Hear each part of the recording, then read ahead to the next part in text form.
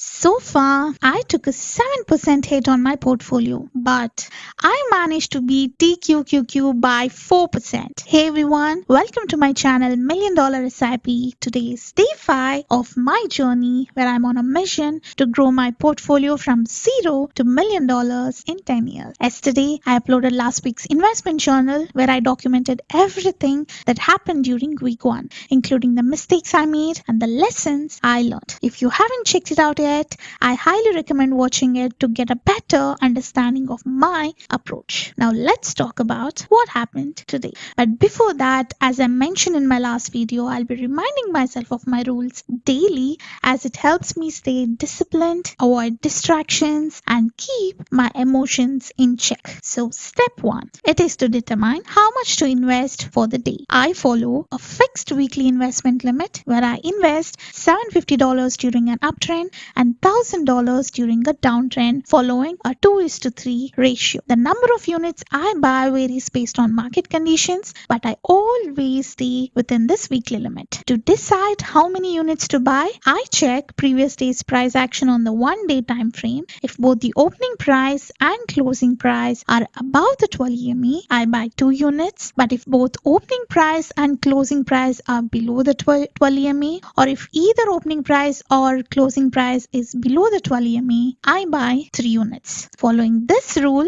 I checked yesterday's daily candle and here's what I found. The opening price was above the 12 EMA and the closing price was below. So my rule dictates that I should buy 3 units today. Step 2. Once I decide how many units to buy, the next step is to determine my entry point. So I switch to a 5 minutes time frame and I wait for the price to dip below the 12 EMA and then bounce back above it. So applying these rules, I monitored the price movement in the 5-minute chart today. At 8:50, the price dropped below the 12 EMA and at 10:05, it attempted to cross back above but was rejected immediately. And at 10:10, there was no clear entry signal. So I decided to wait. I reminded myself of the lessons from February 21st where I made a mistake by entering on indecisive candles. This time I was careful to avoid repeating that mistake. Finally at 10:15 I got a clear signal which was my confirmation to enter. So I bought 3 units at $82, investing $246.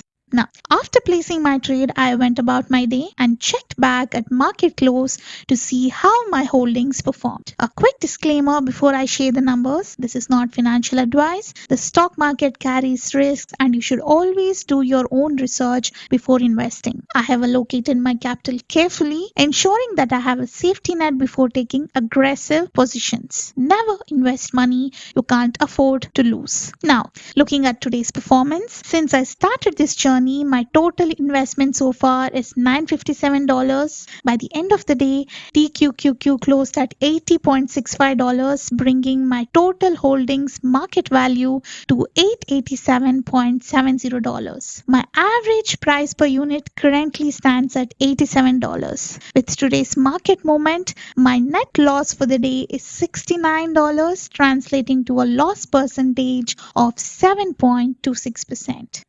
Since I started this journey, TQQQ has dropped by 11%, but my portfolio is down only 7.26%, meaning I have outperformed TQQQ by 4% so far.